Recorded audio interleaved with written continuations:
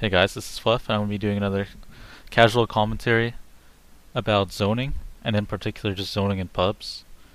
Uh, Pretty much the situation that happens every game, and I'm sure this happens in the 1K bracket all the way up into the 6K bracket, is that usually one support player is pretty greedy, or you may not even have another support player. So typically you're just this one support, and maybe the other person that's supposed to be supporting is like in dual off lane situation, jungling axe or something like that. So you kind of have to be really self sufficient, and you also have to deal with a lot of bullshit as well.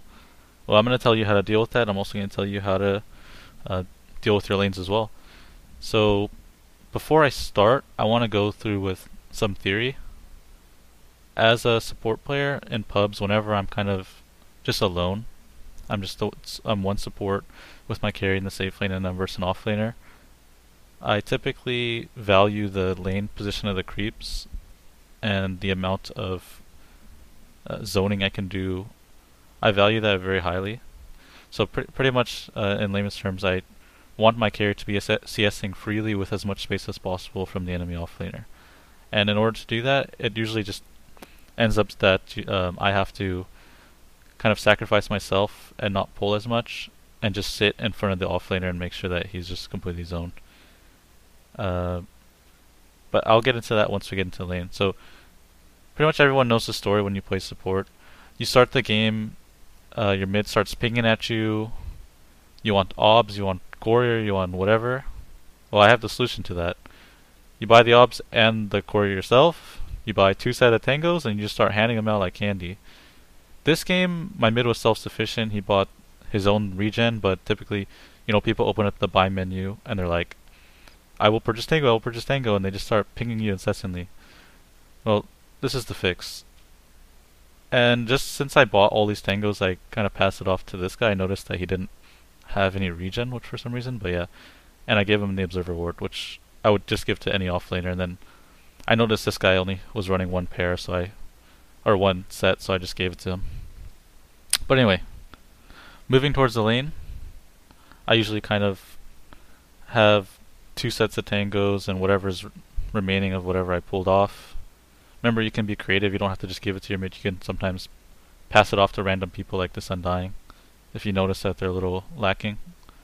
And I usually just go out and check the rune, whatever, but my Juggernaut was doing it, and for me, I really value where the creep position is, so I'm going to go ahead and just run top and do the block for him. But in most games, it's kind of the opposite. You check the rune, you pick it up, and you head back to your lane. But yeah, so it's kind of an odd start, but I will block for him since he's not doing it. And in your pubs, if they're not blocking it, then make sure that you go ahead and get on it, because you would much rather have the creep wave spawn over around this area or meet each other in this area than down here, because after this point, it's just impossible. So basically, what I'm going to do in this lane is I'm going to stand off to the side, and I'm just going to keep hitting the offlaner over and over and over again. And before it gets kind of rolling, I have to explain that this Earth Spirit wasn't really that amazing. Like, he didn't pull the creep to the side, and he didn't get his rolling boulder, but it is what it is. So pretty much I'm just trading hits with him, right-clicking, and staying off to the side. And I noticed that my creep equilibrium is a bit off, so I'm going to come help auto-deny for my carry, just to make sure that I can always keep it fairly up. Then I run past the range creep aggro and just hit him. Just keep chipping away, zoning him off. And then I look back and I'm like, can I help auto-deny a bit? It's really important that I'm helping my carry auto-deny, just so we can keep the lane back. And unfortunately he just starts auto-attacking here, and the range just gets messed up. But a good carry would let the range creeps trade, so that we can just keep it back forever. And then I notice a kill here.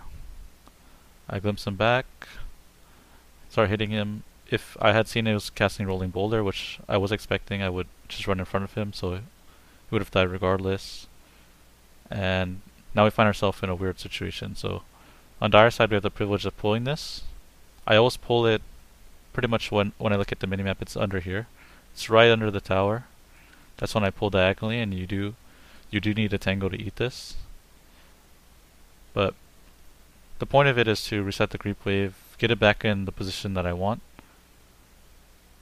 and then continue zoning. So around 2 minutes I was just checking the rune for my carry, making sure that he's all good.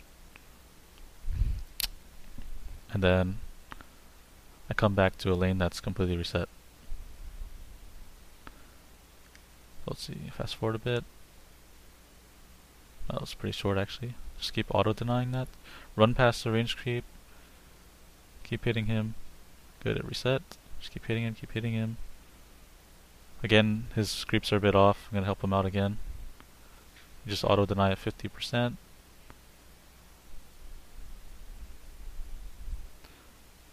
And I'm pretty much just helping him deny until the offlaner wants to come back.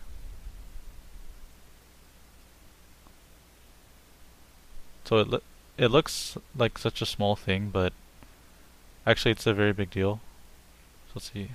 Yeah, you see my Juggernaut stopping the last hit charts. 19 CS, very good right now.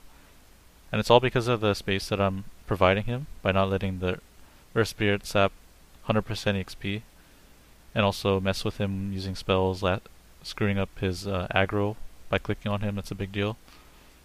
And also threatening the kill. So at this point the lane is pretty much won.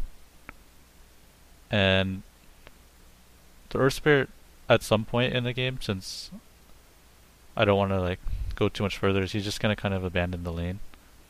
And in that situation, what I would tell you is that you should just go back and start chain pulling.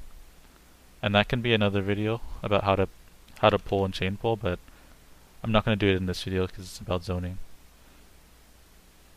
You pretty much chain pull until you decide that you want to push the tower. So I would, at this point in the game, which is not what I do because me and the Juggernaut wanted to push. He was communicating that with me, so we decided to just go for the tower. Is that I would just go back here and pull it, connect it, get as much EXP as possible, and just no problem.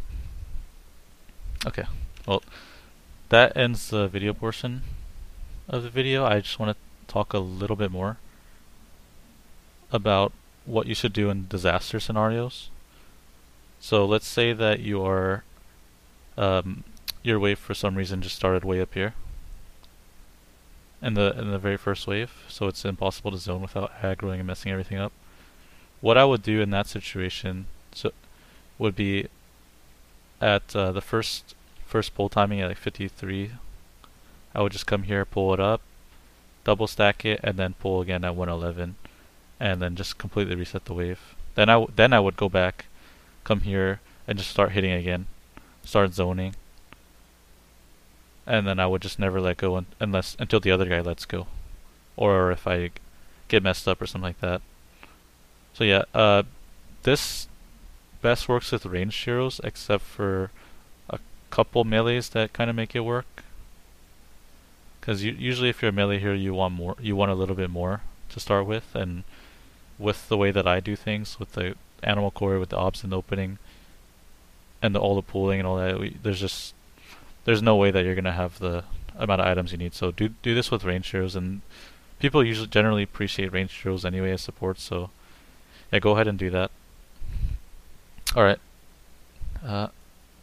Follow me on Twitter at twitter.com/FluffDota, and leave a comment. Let me know what you think.